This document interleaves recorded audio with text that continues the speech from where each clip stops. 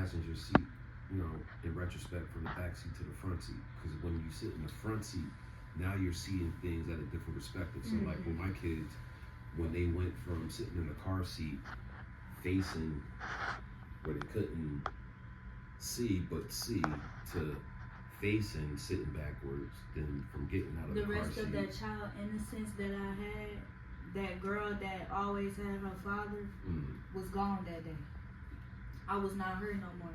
I had to also learn how to leave her. Right. And I also now have to learn how to live a life and be that girl that don't have a dad, but still have mom and other families. And then it's like, dang, well, how long for that? Because the first thing I said to my mom, I told her, I was like, Mom, I don't want to lose you too. Like, and that's kind of I couldn't go to sleep.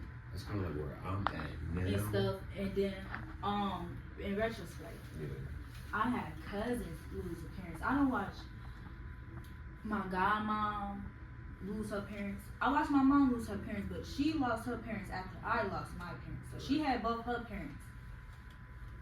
But yeah, it's like I've seen other people lose their, intermediate family.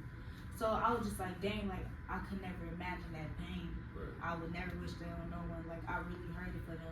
Being in the backseat, all you want to do is just hold them and take that pain away. But when you in that front seat,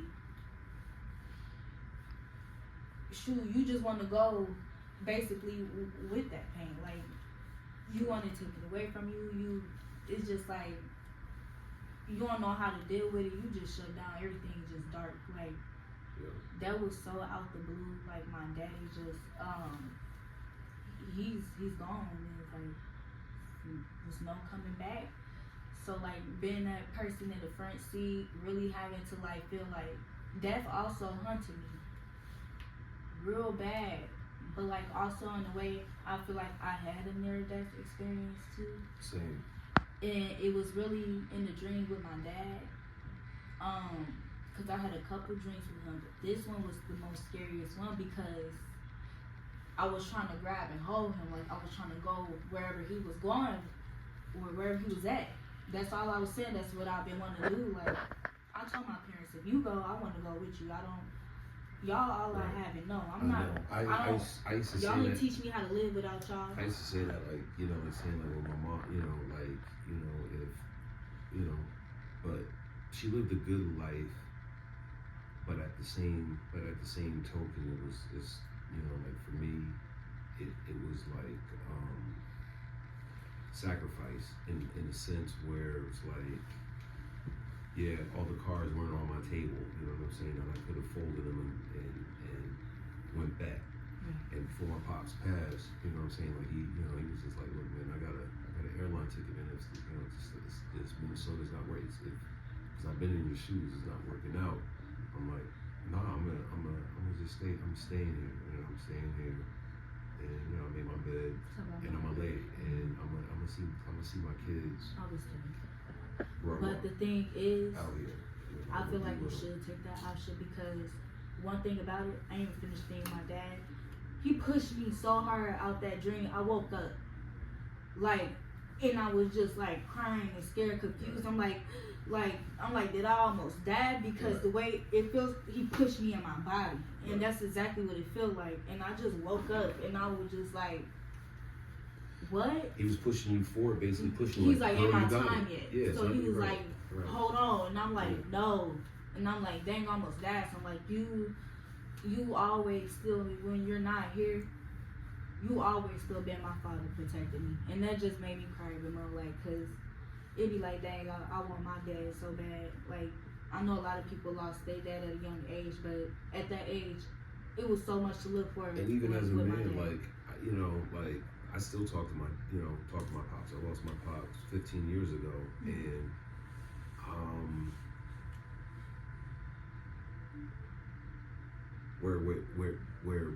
where I am now, like where I was with my pops before he passed, where my mom is different. So like where my mom's is like, she only has a couple amount of months left to where, so like my old man, it was like, like with his, when he was diagnosed with cancer, it was 10 years that he lived with it. Whereas with my mom, she was diagnosed during the pandemic. Here we are 4 years later. You know, she had probably about like 3 or 4 months left. So it's, yeah, it's crazy. It's just me trying to just kind of prepare. It's kind of like, if that makes, you know what I'm saying? I can't but it's really, like when my parents can't leave, really. I know I still got my siblings here, but it's like I ain't even got like my own family to make me feel like I still got something to live for and want to stay here. Like if I lose my mom, it's like, man, I gotta let my siblings go on, live their life, stuff like that. They the same questions and answers I need that I'm gonna ask my mom, they gonna need it too. I can't go and ask my sisters stuff I'm gonna ask their mom. Dude, they come to me, so it's just like that's the only last person I can go to. Grandparents gone. I'm gonna probably have this talk with the girls, with my, you know, with my niece and my important, sisters. Like when my mom's passed, because I know in the past couple of years. So like when my dad was going through his stuff, like my sisters were there, but they weren't there, like with the physical care. You know what I'm saying? And like for me, like what's going on with my mom, I've been only there in the spiritual, like picking her up, but not so much in the, you know, with the physical, like how I was with my, you know, with my dad, you know. And I know that's kind of probably been kind of hard. It's been real hard on my sister and my niece, you know, trying to, you know, Mentally prepared.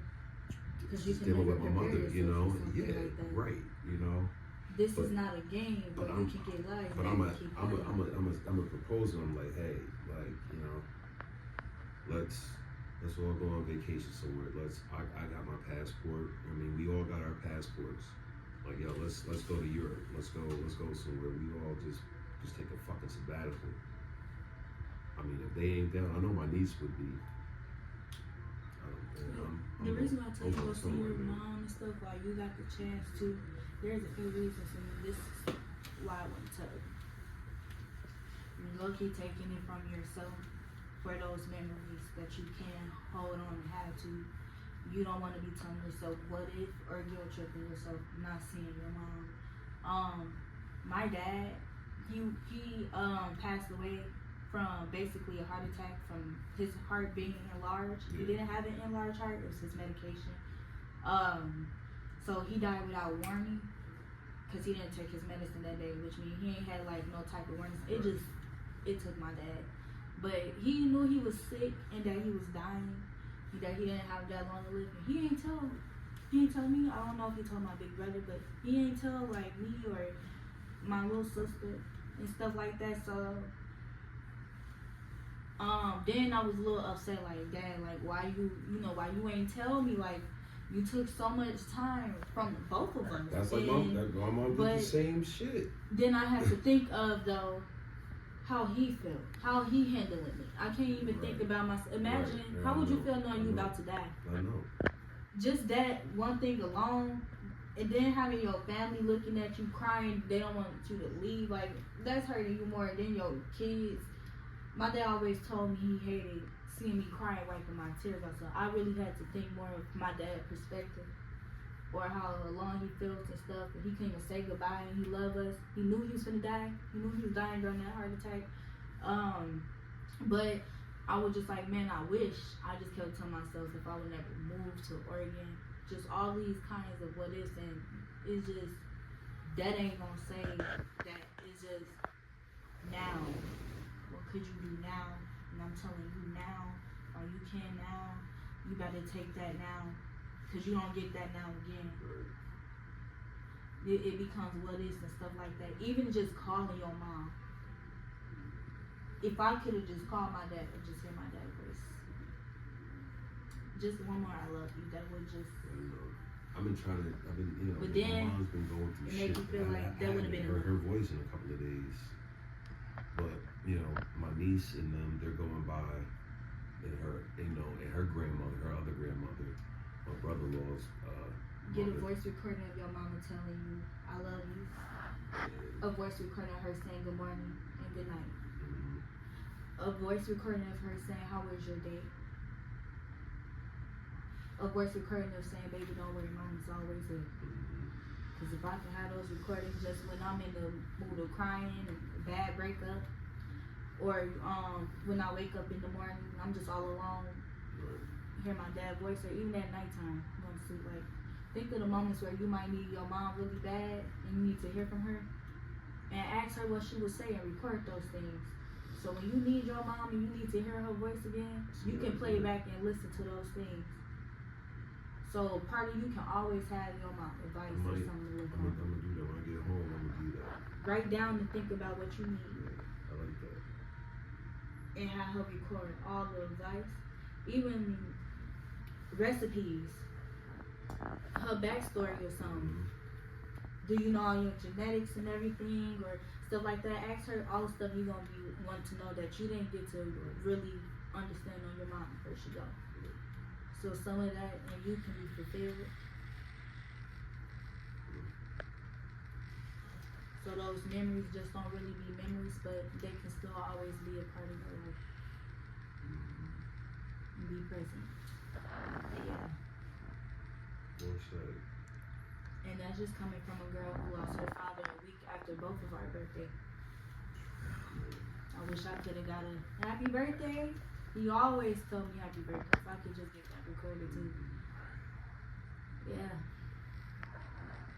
Message.